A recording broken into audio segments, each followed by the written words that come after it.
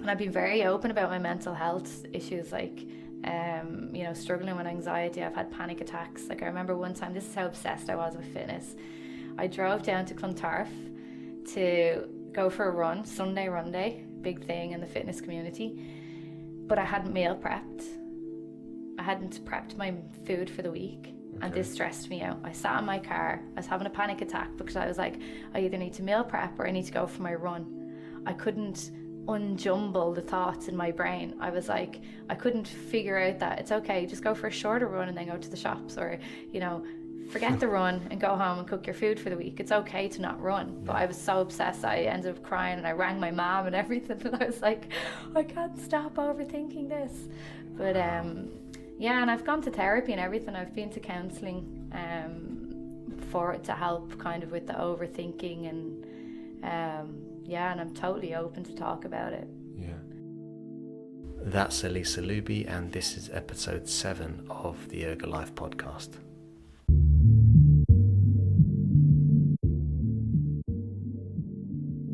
Hello and welcome back. This is Kevin, obviously.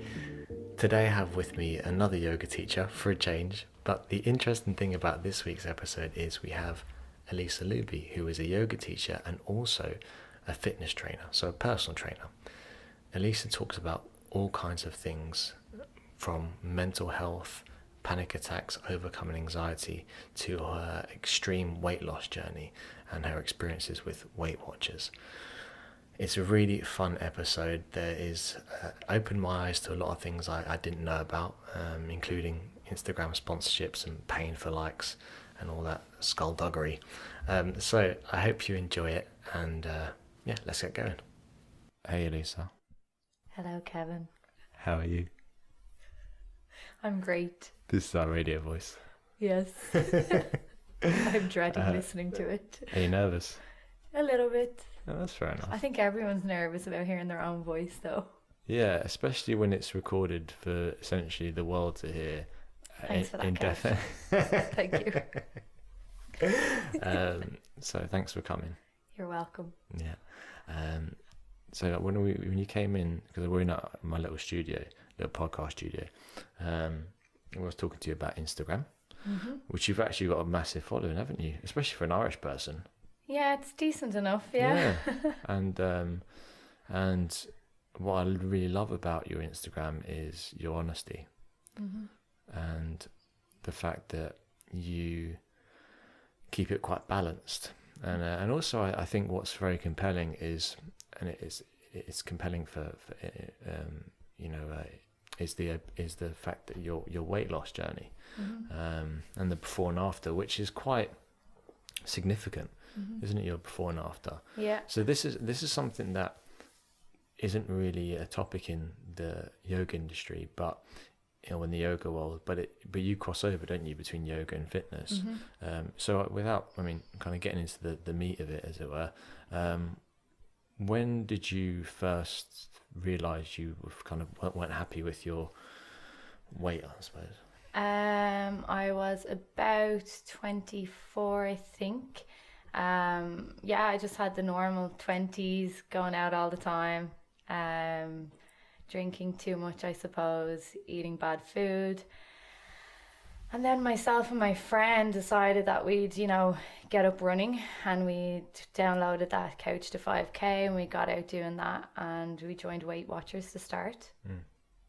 So that kind of helped with portion control, figuring out that, wow, a handful of spaghetti is completely different to what it's supposed to be. What was it, like Weight Watchers, was it? Yeah, like it teaches you that, like, the long spaghetti. Yeah. You measure it out, one portion is the size of a 5-cent coin. Oh. Whereas, okay. So if you place it on a 5-cent coin. Oh, I get you. Yeah. That was your portion. And you were just like, wow, I was so overeating and not even realizing it. Yeah. So we learned that way. And then I went to Australia to visit my friend, and I came across these girls on TV. And they looked great. They were doing workouts on the beach, and I was like, oh, here are these. And they were called Tone It Up. So I got into looking up their videos on YouTube and stuff like that. And then I joined their nutrition plan. This is how my Instagram started. So it started 4 years ago now, 4 years ago in November. It was literally posting photos of food, workouts. You'd be doing their workouts through YouTube, following their nutrition plan. But I went from being, I probably went from one step to -10. Like I went from happy with myself to being obsessed. And I dropped a lot of weight and I thought I was great. I thought I was brilliant. I was working out twice a day. I was working finance in an office job. I was getting up at 4:30 in the morning to do my workouts for the day. I'd come home and I'd feel that if I was working late till 8 or 9, I'd still have to come home and do my evening PM workout, or I would disappoint myself. Or 2 workouts in a day? Yeah, at home now. I'd be following their nutrition plan, but I didn't realize the nutrition plan is set up for, I suppose, maybe obese to lose weight. Okay, so you follow it, you lose a bit of weight, and then you kind of get to know and add on food, and you get to know your own body, and when you're hungry you can eat. But I wasn't like that. I was like, I have to stick to this plan. I need to stick to every meal. It was probably about 1,200 calories a day, and I dropped down to about 8 stone. From what? My heaviest when I first started Weight Watchers was 11 stone 2. But that was kind of when I was starting to get into the fitness and running and stuff, so it could have been a bit heavier before that. But yeah, I became obsessed. And one of my before and after photos that I've shown on my Instagram was when I got really skinny. And I thought I was great. I thought, oh my God, I look brilliant. I'm so slim, and I was so unhealthy looking when you see the difference between then and now. So what height are you? 5'6". And you're at your heaviest weight, you were, as far as you know, you're about 11 stone. Over 11 stone, okay. Yeah. See, Tim, I think what's interesting is that doesn't sound like astronomically large, but the shocking factor is how skinny you went, and which I think is people don't even think about that. They just think someone who's overweight, and then suddenly you can see their abs. Oh, that's great. Yeah. That's the finish line. But what isn't examined is what's happening behind the scenes. How is their body function in that picture when they've got abs? Yeah. So go on. Yeah, and I didn't know much about gut health. I was vegetarian, so I'm vegetarian. I haven't had meat in nearly 12 years. So I was vegetarian at the time. I didn't have a lot of information around health. Then I went vegan about 3 years ago. But I just went from one end of the spectrum to another, and I thought I was, doing well. But then it was when I went to Australia. I went to Australia for a year. I left corporate finance. I was like, I can't do this anymore. I wasn't happy. So I left to go to Australia. I did my personal training course in Australia, and my life just balanced out. And then when I came home from Australia, I did my yoga teacher training, and that's how I've kind of shifted my way into the yoga world. And I'm still, obviously really health conscious, especially being vegan. But yeah, I don't care about having abs. But I'm sorry. I know, it's crazy how I'd rather be strong and healthy than I'm just not into that whole scene, even being in the fitness industry. Yeah, it's bizarre though, isn't it, the way they, of all the body parts, abdominals and seems a large backside carry a lot of weight. Yeah. No pun intended. Yeah. But and especially women, we carry a lot around there, and then you feel bad for it. It's strange, isn't it? Even in my yoga classes, I'll say sometimes in Shavasana, if I'm doing a body scan, I'll bring them to their tummy area, and I'll be like, we all give so much negativity to this area, send some positivity down there. It holds so many vital organs for us. And all we think about is having a bit of, something to grab. Yeah. It's okay. What made you realise that 8 stone was too light? I think it's more just when I look back at the pictures. At the time, I didn't think I was too skinny. I just think for me, if I'll post a photo of it later, but when you see the difference, like my arms were so slim, I'd no meat on my body. My whole goal was to be slim and fit into a size. Like I remember buying a size 6 pair of pants in Pennies or whatever it was, and thinking, oh my God, I can fit into a size 6. Wow. Yeah. But how does it affect you? Because I've never been, well, actually, no, I've been very skinny. In fact, I did similar to you, but not so extreme. But how did it affect you health-wise to be that skinny? Was there any side effects? At one point, my psoriasis flared back up. So I did the before and after photo. In the after photo, when I'm really slim, I'm in like a black bikini, because that's how, in the fitness community online I was in, you'd post before and after photos in your bikini or whatever you wanted to post in, and you do all these different challenges. So that was the after photo. And I know I put loads of fake tan on me because I had so much psoriasis on my arms and legs, and I had that back when I was a kid, but it disappeared. But it came back during that time because of the stress I was putting on my body. Yeah. And I've seen on your Instagram in your bio about being a mental health advocate. Where does that come from, that desire to focus on that area? I know everyone talks about having anxiety these days, so it's one of those very used words. But I suppose years ago I would suffer a lot with anxiety and stress, and it could have been the workforce I was in. I wasn't happy, and I always self-doubt. I'm one of those type of people that just kind of self-doubts and overthinks things. And I went through something in 2013 that kind of sent me into finding myself, and I went to Reiki. And I tried to, I didn't really know much about it, but I seen it I went to River Holistic, they're a lovely centre in Raheny, and I went to them and I did the Reiki. I did maybe 8 sessions of them, and it really helped break down barriers for me, and it kind of opened me up. And I've been very open about my mental health issues, like, struggling with anxiety. I've had panic attacks. Like, I remember one time, this is how obsessed I was with fitness. I drove down to Clontarf to go for a run, Sunday run day, big thing in the fitness community, but I hadn't meal prepped. I hadn't prepped my food for the week. Okay. And this stressed me out. I sat in my car, I was having a panic attack because I was like, I either need to meal prep or I need to go for my run. I couldn't unjumble the thoughts in my brain. I was like, I couldn't figure out that it's okay, just go for a shorter run and then go to the shops, or forget the run and go home and cook your food for the week. It's okay to not run. But I was so obsessed, I ended up crying and I rang my mom and everything, and I was like, I can't stop overthinking this. But and I've gone to therapy and everything. I've been to counselling for it to help kind of with the overthinking, and and I'm totally open to talk about it. Yeah. But but in terms of the anxiety, like what caused the anxiety? Was it, so when you were more, say, overweight, did you have anxiety? The same? No. Like, when I think back to my early 20s, even my teenager years, I don't remember really suffering with anxiety, but maybe it wasn't a very spoken about thing. Like, I did have diaries and I used to write a lot of them, and obviously as your hormones are changing, you're going through a lot anyway. But yeah, it wasn't until I kind of started to get a bit obsessed with the whole fitness that it really started to creep in.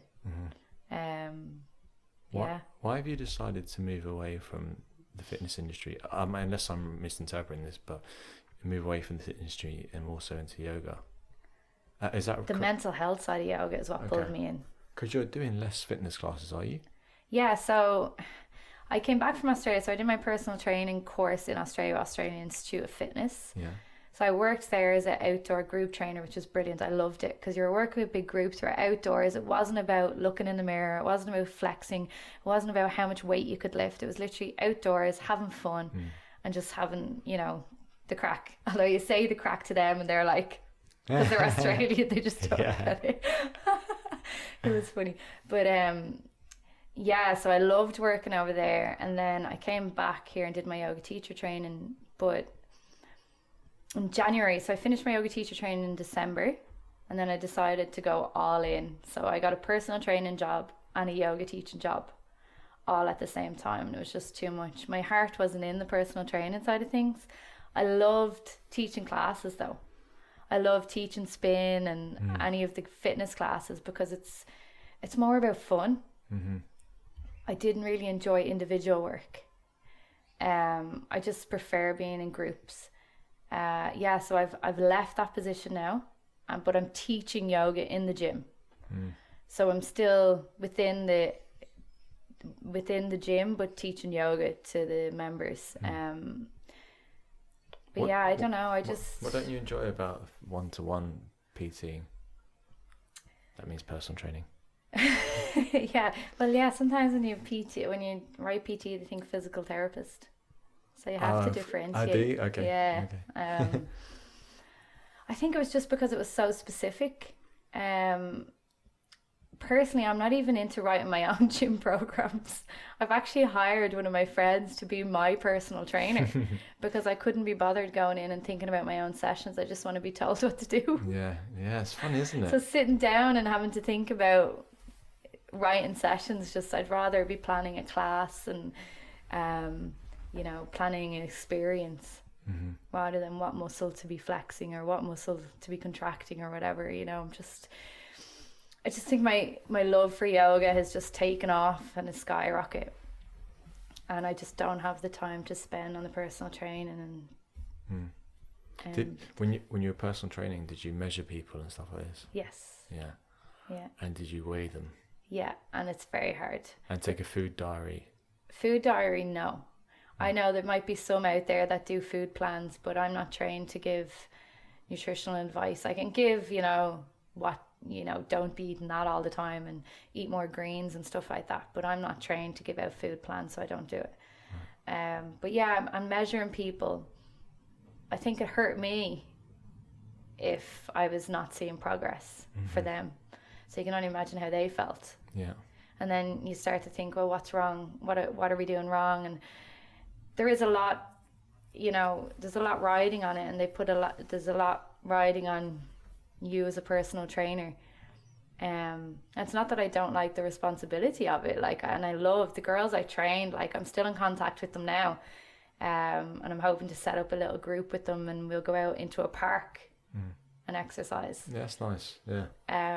But the one-to-one aspect in a gym, it's just not for me. So yeah, I think though, I remember when I was personal training, having to measure people, taking the food diary every week, and it was the same cycle every week. What would happen is I'd say, okay, so Mary, you've eaten 5 donuts yesterday, and then we know last week we spoke that donuts weren't necessarily good for you, trying to be gentle, but the psychology behind it was, well, I had a workout that morning, or I was in a rush, or I didn't have time, or I felt bad about my day was stressful. And it was almost like they would eat excessively the wrong stuff and then go to the gym to punish themselves, not to make themselves stronger, healthier, more flexible, whatever it may be. And I think that's the danger of the fitness industry, that from a superficial level, is that people think the end goal is a six-pack, and what they don't realize is does it actually make you happy, and why are you doing this? So it's the mental health side of it as well. It shouldn't. I know people want to aesthetically, feel good, and when they look in the mirror, feel good. But it's like what we teach in our yoga classes about alignment, and all our bodies are different shapes and sizes. We can't all look the same in postures, just the same we can't all look the same when we look in the mirror. And then you've got the whole if it fits your macros. What does that mean? Saga. So your macro tracking is like your carbs, fats and proteins, and it is really important to make sure you're getting a balanced food groups, But I think the problem is like the donuts. Yeah. If it fits their macros for the day, their calories for the day, they think it's okay. Oh, yes. And treats are great. I have a pizza once a week because I love pizza. If I could have it every day, great. But I know it's not good for me. Yeah. So I have it once a week. But then you've got that side of things where sometimes they'll take it a bit too far. They're not thinking internally. Yeah. They're thinking more of the external, or it will help me lift heavier. Yeah. And also they're not thinking about the micronutrients either. No. You can eat, if you're getting your source of carbohydrates from donuts as opposed to potatoes, or that have potassium in them, for example. And then shit's going to go pear-shaped eventually, basically. Because this thing of short-term goals, I have to look this way for the summer or look this way for a wedding that I'm going to, is it's a recipe for disaster. Well, that's one of the plans in the fitness community I was in. There's a slim down, it's called, and there's a 5-day one and a 7-day one. And there's a girl on Instagram, and she's brilliant. Like, she takes the plan and she'll go through it, and she'll find out all the macronutrients for it and the calories. So they did one recently, and the 7-day plan turned out to be 800, 900 calories a day. And this is what people were following for their after photo. And I did that for my after photo in that black bikini like that I'll be in. It's just the mental, it's just...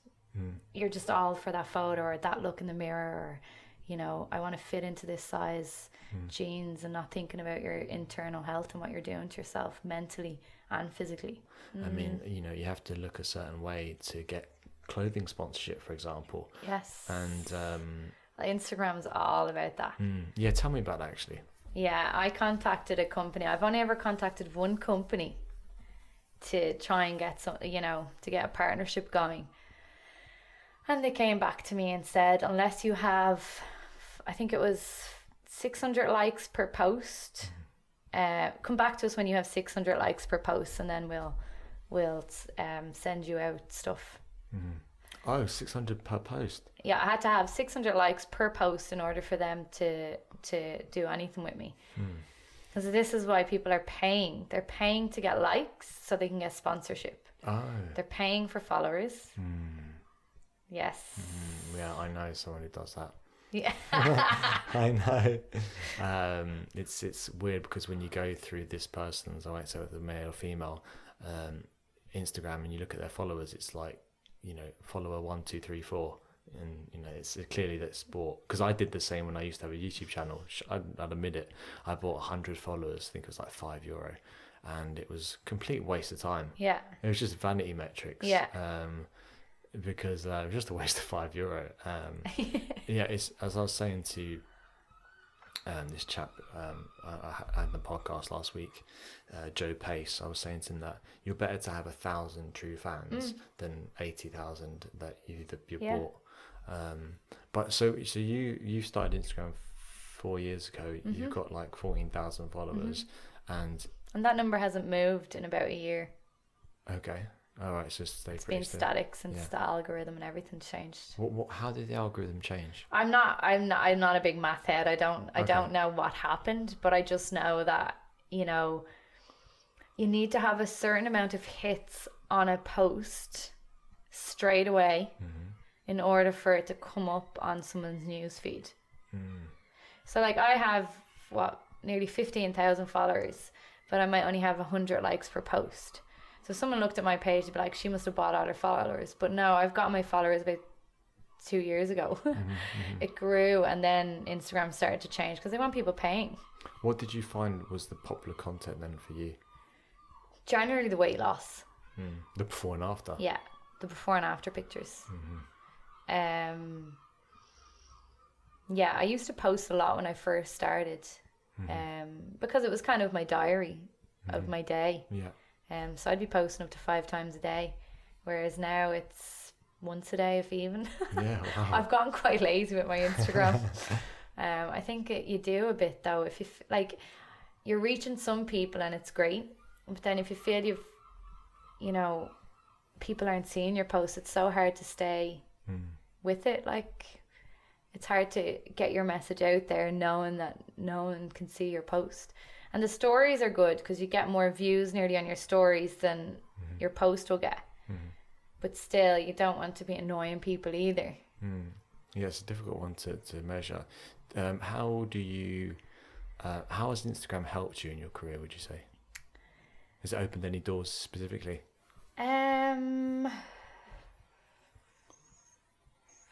Not really. Like, my Instagram's it's very personal, so it hasn't opened any work doors. Yeah. You know, I have friends all over the world thanks to Instagram and thanks to that fitness community I was in. You know, like, and I've met up with some of them. I met up with one of them in New York, and she's a great friend. I only met her once, and I was friends with her online for like 2 years. So it's great bringing people together that way. And the fitness communities are great once you take them with a grain of salt and listen to your body. And, you know, at-home workouts are good for some people. So, but it's just the nutrition side to be watchful of. But yeah, like, it hasn't really opened doors in any way. It's more just a diary, and some people just like to follow what I do in my day. I don't know. Yeah. Well, I'm not that interesting. You can't say that. But I suppose it holds you accountable. I think Coco's more interesting than I am. That's your dog, right? Yeah. Okay. I think it holds you accountable. That's why you started it as a diary for yourself. And then if other people look at it for inspiration to see that if you could do it, then possibly they can do it. But with that, I think that it's a difficult journey. I mean, did you actually go on Weight Watchers? I did for a little while, yeah. What's that like? What's your assessment of them? You see, it's changed since I did it, I think. I liked it as a starting point. Like I said, the main thing I got out of it was portion control of my food. You know, I remember at the time, for example, a curly whirly chocolate bar was 3 points. And a banana was 3 points. So, you know... I'm doing a face of amusement. Yeah. Why is that? I don't know, maybe the sugar in both. But yeah, you should be choosing the banana over the chocolate bar. I'm doing a face of disgust. But so they're both 3 points. Well, why wouldn't you choose the curly whirly? Exactly. I don't get it either. Have they changed that since, do you think? I think so. But... I've heard, now I don't know, I didn't read into it and I didn't research it, but I've heard that they're allowing as much protein as you want to eat, which can be tough on the body. Yeah. You know, you don't need to have that too much. I think fruit is free of points now. Yes. So you could still overeat on your sugars and stuff like that. Yeah.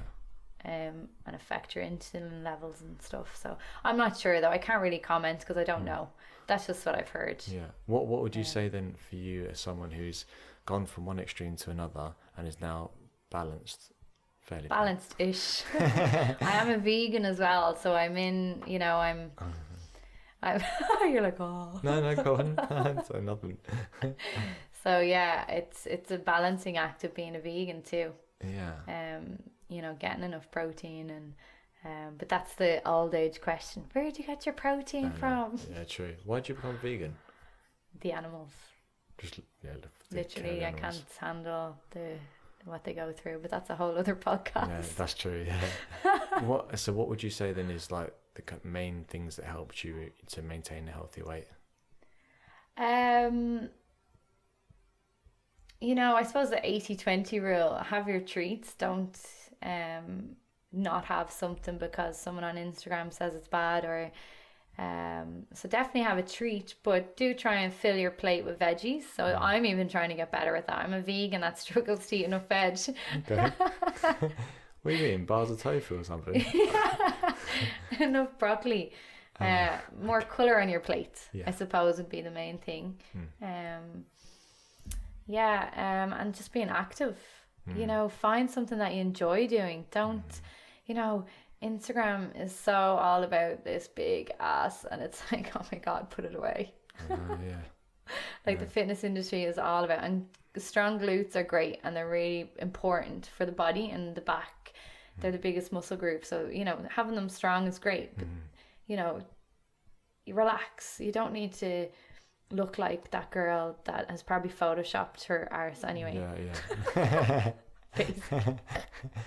But surely, I imagine there's going to be a huge imbalance in a few years from just people doing glute exercises, or like this, to isolate that part of your body and just lift your leg a certain way underweight. It's functional. Well, I mean, whatever. They know what they're going for. They're looking to get a big ass so they can get sponsored, I suppose. Which is, you know, that's. We're going to receive death threats now. Yeah, but I mean, it's the same with lads and getting the 6-pack. that's it's just the way it is, unfortunately. But I think it's just, don't aspire to look like someone else. Have a healthy lifestyle, get out and move, go for walks. If you like running, do it. If you don't like running, don't do it. Like, don't run because you think you have to, or because it's a way to lose weight. Don't do it if you don't enjoy it. Find some sort of fitness that you enjoy. Go to classes if that's what you enjoy. Get a trainer if that's what you want, or go to yoga. Of course. Come to yoga, wink, wink. But food, I think food is, no matter how, you can be active, but if you eat crap, I think it depends how active you are. But I think if you get into a habit of eating crap, you're going to look like crap.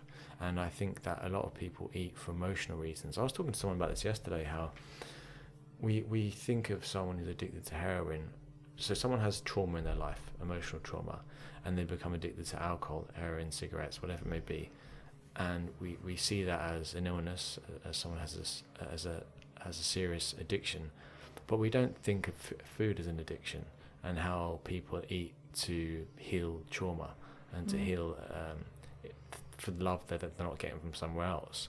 And that is I think, yes, where yoga comes in, because with yoga, ideally the idea is that you accept yourself. And yes, if you love yourself more, you're going to be more careful about what you put into yourself. That sounds weird, but what you eat. Okay. What you eat, bypass. Yeah, exactly. What you eat, and if you feel better about yourself, you'll eat better and you'll want to move more, and it's a cycle like that. But it all starts from how you feel about yourself. Not, it could be said that if you start from the aesthetic, you're never going to look like how you want to look, the person in the magazines, because as you said, you have Photoshop to contest with, and it's a hard journey. Like, it's not easy to like who you are all the time, especially when so much in social media going around, feeling that you have to look a certain way or be a certain way. Or like, I sometimes go on and I see people with these amazing morning routines, and I'm like, I'm in work, like I get up and I go and teach a yoga class. I have to walk my dog before I go. I have to eat. And it's like, if I get up any earlier, I won't get a good night's sleep. So it's kind of like, well, I need my sleep. Yeah. But then you're feeling bad about yourself because you don't have this morning routine, or you don't have this routine in your day, and you're a bit... And it can really start to... You go on a downhill from just one simple post that someone posts up. Yeah. Especially at the start of your week. But I wonder... That is perspective, isn't it? You may see someone doing something, a morning routine, and you can wake up with two attitudes. Does that inspire you or make you feel inadequate? And I think that I remember I broke up with this girl, or she broke up with me, shall I say. I got dumped, essentially. And I had to go off Facebook for a year because I was so upset. I did the same. Yeah, and I realised that before, Facebook didn't bother me because my life was great, and I got a nice missus, and everything was going well. And then because someone doesn't want you, they reject you. Facebook was suddenly an issue. I felt like the thought of me seeing a picture with someone else killed me, And so I had to go off Facebook for a year. So I started, and that told me that it's not the tool, it's not Instagram, Facebook that's the issue. It's my own happiness. How you react to it. How I react to it, exactly. And it's understanding that it's just a medium for communication, and it can either help you or hinder you. So I think that's really important. I worry about the kids growing up now who are exposed to social media, thinking that that's the only way it's supposed to be. But I think if they have good parents, and they understand that social media mostly tells one side of the story, then you should be fine. And not all our lives are going to be the same. Like, it's okay to have a different pattern to someone else. But it's tough when you're looking at someone in the same industry and you compare and all that. But yeah, like you said, it's how you react and respond to situations is the thing. But and also as well to stay within the area, to be true to yourself. For example, I was not athletic at all growing up, at all. I was a party boy. Like I was the main party boy of our little group. growing up, and when I say the main, I don't mean like I was the most popular. I just mean I like to party the most, probably. But my point is, I have no gymnastics training, I have no fitness training, no athletic ability from when I was young. So I look at these guys on, like, when I first started on Instagram, I looked at Dylan Werner. And I was like, oh, this is a guy that teaches yoga. This is what a male yoga teacher does. And he's standing like one arm, but stuff he can do. He's in the top 1% in the world. And I thought, I can't start an Instagram account. I can't do any of that. Yeah. So what have I got to teach people? And through refining and being true to myself and asking myself, what message is most authentic to me? I'm now coming to finding a pattern. A pattern, exactly, where I'll post like me doing handstand practice, but I still can't really master a handstand as well as a lot of these top male yoga teachers, and maybe never will. Yeah. But I have other things to say. Like, that's part of the reason why I started this podcast, because I believe that if you think that the handstand is the end goal, you're setting yourself up for misery. But through this communication, through this medium, we can put across a more balanced message, and that's another reason why I've started doing more kind of everyday pictures on Instagram. Like yesterday was me and my mum. That was just an impromptu. That's lovely, yeah. I would never thought of putting that up before. Your mum, get in a photo. I know, yeah.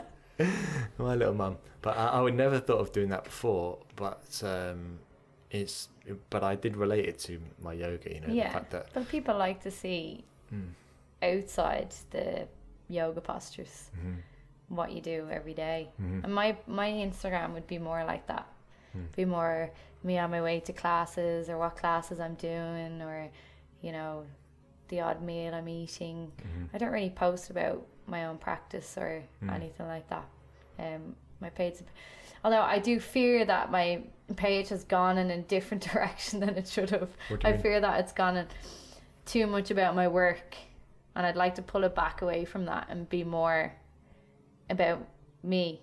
You think you've gone a bit too commercial with it? Yeah. Okay. I think I'm kind of, but then it's trying to find a balance between, letting people know about where I'm teaching and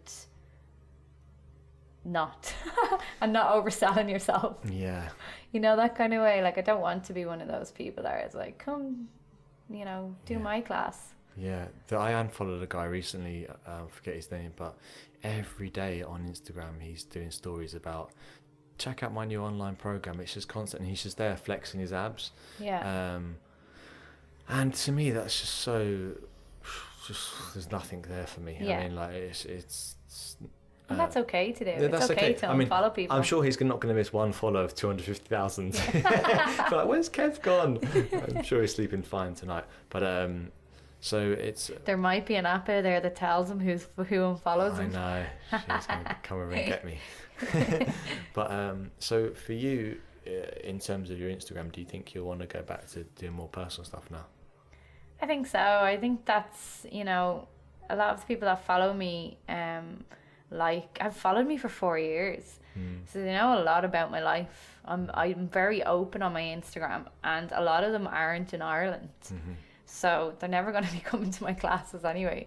I think just keep it to a post of where I am teaching, and then go back to being personal. And that's what I do like to share. I am a bit of an oversharer. Yeah, but I mean, it's people relate, and they enjoy reading. And they've followed me for so long that and I've made so many friends. I have friends in Germany, New York, New Zealand. All on the yoga path, actually. A few of them, we've all kind of gone down our yoga teacher training path together. Really? Which is cool, out of the fitness industry. What do you see, because we were on the Yin teacher training together, what do you see as like the next step for you in terms of your evolution? I'm obsessed with Yin Yoga. Are you? Yeah, I love it. There's not many classes available though, is there? No. In Dublin? I've just started teaching it in the gym, whether they like it or not. My evening classes have turned to Yin classes, but they're enjoying it. But yeah, there's not a lot of slots to teach it. No. It needs to take off a little bit more, but people are still quite in the whole yoga for fitness rather than the mobility will start to thread in though. I think a bit more now. Mobility. Yeah, the mobility you get from yin, like they don't realize that. Yeah. And they don't know what yin yoga is. No. So It's, I mean, for me as a yoga teacher, going to the Yin teacher training with Josh, it was a real eye opener. And I think things like the fact that your range of motion is determined by the shape of your bones. Yeah. I mean, stuff like that is brilliant to know. Yeah. And everyone should know that. No matter what activity they do, if they move their body, they should know that. But what about from a business point of view? Are you writing any books or starting a podcast? My memoir. Or I don't know, anything like that. Coco's writing a book. Just building the business, I guess. I do work alongside. I'm working alongside a fitness group.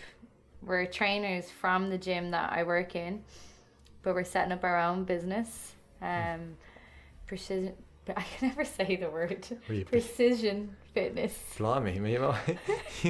That's the name of the company. Yeah. Okay. Training. PFT. Yeah. We'll just stick with that. But yeah, that's exciting because that's only starting off, and we're looking to get into a lot of corporate training. So yoga plus fitness and stuff, bringing it into the workforce. Yeah. Especially because that's where I've come from. So like I left finance. I was in it for 8 years. Wow. So I left that to pursue this industry. So I've left the 9 to 5 and now I'm in the mental hours of yoga teaching. Yeah. You like it, don't you? I do, yeah. But yeah, I'm not really sure. I'm just happy where I am right now. What about retreats or teacher trainings, actually training teachers or anything like that? No, I'd rather educate myself a bit more. I think I'm going to go down the yin path. Okay. A little bit more. Okay. But I'd like to do a 300-hour yoga teacher training to add on to my 200-hour. Right. And you said that you have booked did you do your workshop yet? You scheduled a workshop to teach, didn't you? Oh, I'm going to. Yeah. Yeah. We have, I think in Yoga Hub we'll have a beginner's one. Okay. In September. And then I do want to teach a chaturanga workshop. Just chaturanga? Just chaturanga. Oh, wow. Okay. So I think everyone needs to know about how to do that correctly. That's true. Right, absolutely, yeah. So, I'd like to do one on that. Good. Yeah, that's a good choice. And then next workshop I'll do is Josh Summers. Yeah. His Chinese medicine. I call him Jay Sum. But, oh yeah, you're on those terms. The Chinese medicine in Elbarum. Yeah. Have you paid for that yet? No, I was meant to do it a few days ago, but I haven't done it yet. Same here. I might sign up for that. I've agreed to. Yeah. Do it. So. And then the meditation one in March, I think, is in. Hot Yoga Dublin. No, sorry, Dundrum Dublin. Dublin, yeah. Dublin. That hot yoga one. that one, the one in Dundrum. Yeah. The trek. Yeah, the trek. Yeah. Down the M50. Oh well, it's got to be done. Yeah. All right, cool. So yeah, it's actually funny what you said on your Instagram post about. I think I did my podcast with, I think it was Devin Kelly, and you commented about. I was talking about how it was with Brian Keane, how a lot of teachers, when I did the advanced teacher training, people that were there with way more experience than me were so humble, so shy, and they'd say, "Have you done a workshop? Have you done this?" And I just kept putting my hand up, and I've got way less experience than the rest of them, and I think that's and you mentioned that. Yeah, no, I did. I replied and said that I'm still very much in the. I don't know enough, but it's like the fitness industry, and the more you learn, the more you're like, oh my god, I need to know everything. I don't know enough. Yeah. So yeah, I commented saying that I you've kind of given me the kick I needed, and I emailed to set up my workshop. So yeah. I'll start on that. Yeah, that's so important, because it's same with the podcast. People think, so you could say like, who. Part of you thinks like, well, who want to listen to me? Yeah. But if you think that way as a professional, you're a teacher. You are a teacher. And if you're a teacher, you should hope that people care what you have to say. Yeah. Because you're a teacher. Yeah. So I think it's important. I have a question for you. Oh, go on then. As a teacher, do you find that you suffer with your voice? Because I've found recently I've been suffering with my voice. It's getting very horsey. I wonder, is there any other yoga teachers that listen to this that have a similar Don't you want a issue? horsey voice though? No. No? Oh. It kind of gets sore. No, I think it's because I think this could be, this isn't a sexist thing to say, but I think men have an easier job of projecting their voice because we have larger chests, probably more lung power, I imagine. I've noticed that when male and female teachers are teaching, that women have to put more effort into projecting the voice than men tend to. I definitely do. Yeah. I'm not very good. Even when I used to teach the spin classes, I had an issue with getting my voice over the music, you know. But also, I think it's learning how to maybe not speak as much as well, because when you first start teaching, you want to show off everything you know, and all the little cues that you have. And it's tough to get used to the silence. Definitely, in the postures. Yeah. That's okay to not talk. Exactly. But Yin Yoga teaches you that. Because you're not going to start chatting for 4 minutes while they're in a posture. Yeah. So Yin may save your voice. Yeah. But no, so your question was, how do I look after my voice? Yeah. Do you do it? No? No. Okay. No. Does anyone listening to this help? Yeah, exactly. No, I don't. But I am fascinated by voice and by speaking. I am absolutely obsessed with this topic, and I've been looking into getting someone on the podcast who is a communications expert, or even someone who is head of Toastmasters, for example. Yeah. And heard of them. Don't have to have done yoga, but just someone who is a professional speaker, and learning how, the economy of your words, the tone, the pitch, all of that. It can change your life. Think of it this way: Barack Obama, or who was the other guy I was thinking of? Great speakers, Churchill, for example. They may have not. They don't actually go out and fight the wars themselves. They're not the brave ones. But the way they speak can captivate the world, and I think that. Is that your plan? Yeah, world domination. But I think that learning how to speak well and clearly and is a fascinating area that will get you far in life. If you can public speak, you'll always do well. I asked the question about the voice on my Instagram last week, and I got a few replies, and one was that this girl went to a voice coach to learn how to speak from a different part of her. I don't know, but from a different way. Yeah. Through her, I don't know. Like deeper, maybe. Yeah. Yeah. Well, the thing is, when you speak high in your throat, you know yourself. You can sound panicked, whereas people like a more. They prefer. Well, you have a real chill voice. Yeah, I suppose. You have a real relaxing voice. Yeah, thanks. I'm a real giddy girl. No, you got a good voice too. I think that's just because part of it is probably just how conscious I am of it, and I love listening to good speakers. I love listening to Stephen Fry, David Attenborough, people like that. And I cannot listen to, I was saying this to you before when you came in, I cannot listen to podcasts where it's a high-pitched, whiny, nasal type voice, and every second word is like, and then they say, do you know what I mean at the end of sentences, or they drag out words like and these are all what they call dog words. We used to call them in sales, whereas you're using these words because you don't want to be comfortable with the silence, and we're all guilty of it. I say so a lot, for example, but I think the first step is noticing what you say, and then next is trying to refine it. It's not going to come overnight. I think you do notice when you're teaching though what your filler words. Even today in my classes, I noticed. And now we'll. We'll. I do that too. It's like a little setup phrase. But if you notice these, you're on the right path. Yeah. Some people don't at all. Yeah. So that's about it, really. Okay. Did I answer everything fitness related? Yeah, I so mean, be good, be healthy, be active, yeah, eat balanced, drink a lot of water. love yourself first. Yes. Everything else and there's nothing wrong with comes from that. Yeah, and there's nothing wrong with being real fluffy about it. Like, I know people are like, oh, that's cheesy, but standing in the mirror and repeating in your head,